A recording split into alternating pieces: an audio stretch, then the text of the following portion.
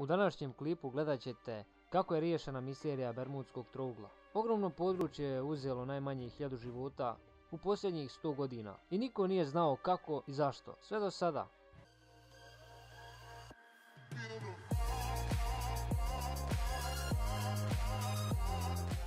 I pozdrav svima, dobrodošli u moj novi klip. Austrijski naučnik dr. Karl Kruse-Zelnički kaže da 700.000 km mora od Floride do Porto Rika nije krivo, nego ljudi koji su tu prolazili.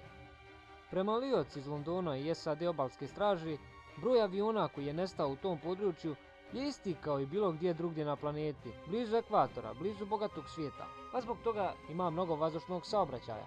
Bermudski trougao ostaje jedan od najprometnijih zona letenja, ali mnogi odbijaju da putuju tu zbog glasina. Nevolje počinju 1918. godine kada je USS Cyclops, brod sa 309 ljudi, nestao u trouglu. Dva slična broda su također nestala na istoj ruti 1941. godine. Tragovi brodova nikad nisu pronađeni, isto važi i za ostala vozila koja su ulazila u prokleto područje. Dr. Kruse-Zelnički dodaje, nestali su bez traga, pa je nestao i avion koji je poslat da istraži.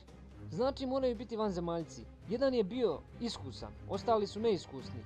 Nije bila mirna voda nego talasi do 15 metara. Talor je stigao sa vrtoglavicom, letio je bez nadzora i imao je istoriju sa gubljenjem aviona 2 puta ranije. Avion koji je poslat u pomoć je viđen u eksploziji, nije nestao bez traga. Da li mu vjerujete, do vas je, ali moramo priznati da ima smisla. I to bi bilo to za današnji klip. Ako vam se klip svidio, ostavite like, prijavite se na kanal i do sljedećeg klipa. Ćao!